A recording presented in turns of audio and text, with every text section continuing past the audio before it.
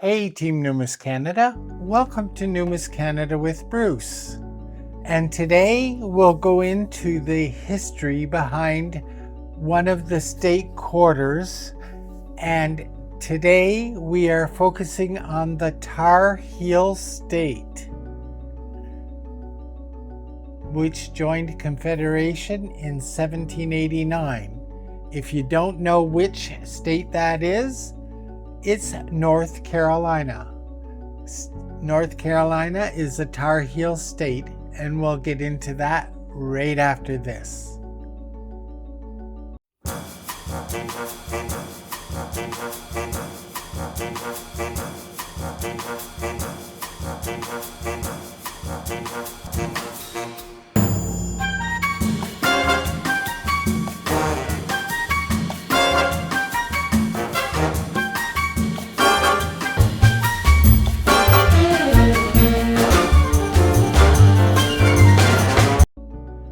Welcome back.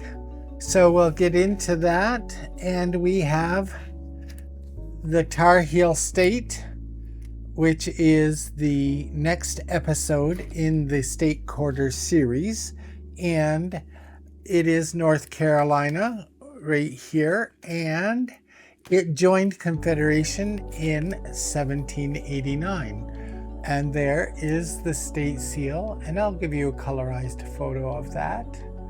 And the state flag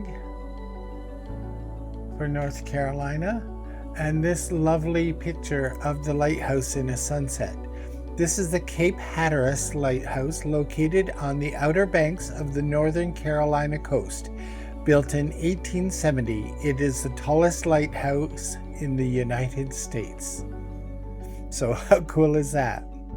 And these are the North Carolina Statehood Quarter dollars, minting limited to 10 weeks, issued March 12, 2001, in brilliant uncirculated condition. And we have on this side the reverse of the Philadelphia Mint. And I'll give you photographs of these, and the obverse of the Denver Mint. The unique North Carolina quarter dollar depicts one of the most significant events in the history of mankind. The first powered air flight on December 17, 1903, a 12-second flight in Wright brothers biplane. The flyer marked the birth of flight in a heavier-than-air machine. Brother Orville's and Wilbur Wright built their 605-pound airplane from scratch, including the propeller and the 12-horsepower engine. They selected the site near Kitty Hawk because of the steady winds that would keep them aloft and sandy banks that would soften the impact of landing. With Orville in the pilot's seat and Wilbur running alongside, the flyer lifted into the air for the first time at 10:35 a.m. on December 17, 1703. The first flight lasted 12 seconds and covered 120 feet. The brothers took turns flying, and Wilbur achieved the best result with a flight of 852 feet in 59 seconds.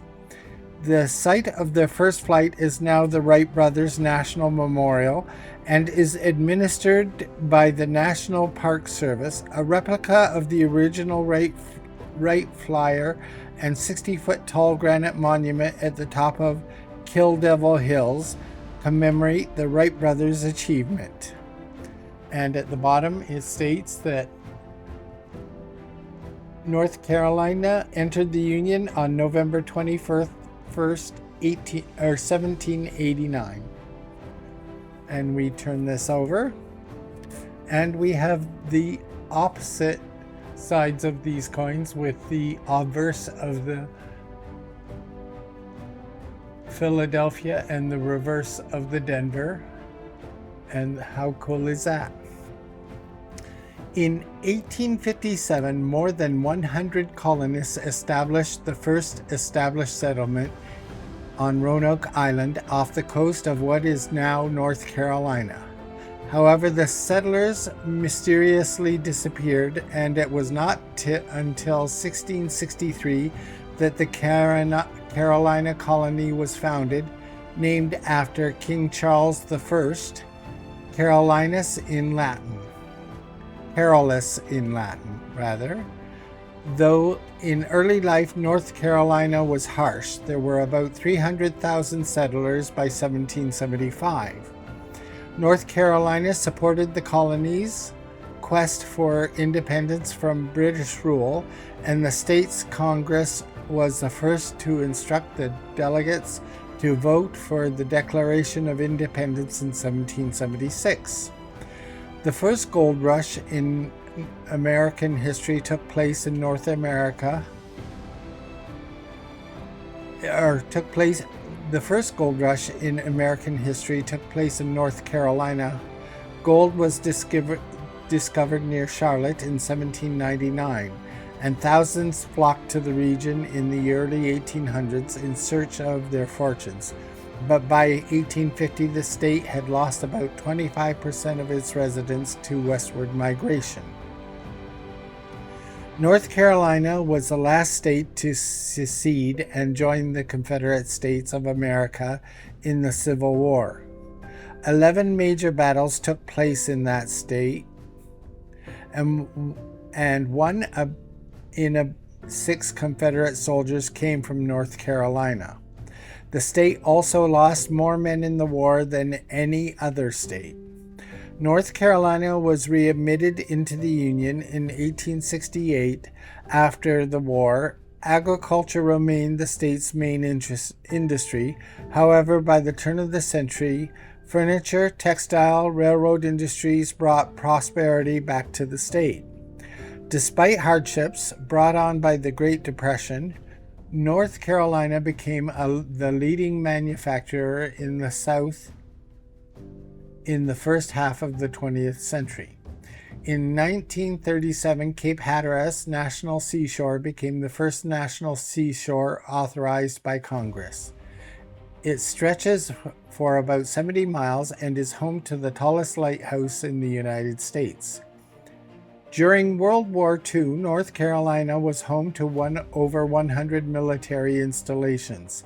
The federal government spent close to $2 billion for war material, which was supplied by plants in the state. In addition, the state's corn, tobacco, cotton, and peanut crops made a vital contribution to America's war effort. After World War II, many northern businesses located to North Carolina, attracted by the state's restrictions on labor unions. Accordingly, many people seeking jobs moved from farms to the cities, and by 1970 an urban culture had emerged out of rural North Carolina. At the close of the 20th century, the Research Triangle, Duke University in Durham, the University of North Carolina in Chapel Hill, and North Carolina State University in Raleigh had also transformed the state into one of the leading research facilities in the world. The state's economy became more diverse, and the professional and high-technology job sector grew rapidly. Meanwhile, North Carolina continued to encourage industrial expansion. North Carolina was also a prime tourist destination as a result of scenic beauty, coastline, and historic landmarks. The Great Smoky Mountains National Park was renowned for its majestic views of the Blue Ridge Mountains, while the Fort Raleigh National Historic Site on Roanoke Island and the Cape Hatteras National Seashore contribute significantly to North Carolina's tourist appeal. And we have here 3 beautiful stamps, and there is a 15 USA stamp here. And I'll give you photographs of these. This stamp, issued May 20th, 1980, honors Dolly Madison, wife of President James Madison. She was born in Guilford County, North Carolina in 1768. Now our second stamp commemorates the Carolina Charter from 1663 to 1963. This stamp, issued April 6, 1963, commemorates the 300th anniversary of the signing of the Carolina Charter.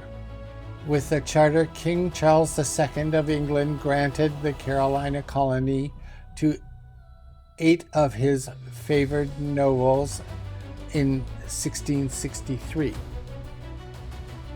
And our third stamp, it may be difficult to see, so I will give you a photograph of this. This stamp, issued August 18th, 1937, commemorates the 350th anniversary of the birth of Virginia Dare, born on the island off the coast of the North Carolina on August 18th, 1587. She was the first child born of English parents in America. And here we have the capital, the bird, the motto, and the flower and tree. And the capital of North Carolina is Raleigh. The bird is the cardinal. The flower is the flowering dogwood. The tree is the pine. And the motto is Esse quam videri, to be rather than to seem. To be rather than to be seen. And I will just verify that to show you, because seem, not seen. S-E-E-M. So how cool is that? I hope that you have enjoyed this history of this wonderful state, and leave your comments below. I love giving you the history behind each of these state quarters, and that's what this series is all about. You can watch the earlier episodes that I've done, and look forward to the follow-up episodes we have coming. So thank you for watching, and we hope you've learned something new today. Take care, and bye for now. And please remember to like, share, and subscribe, and keep on collecting.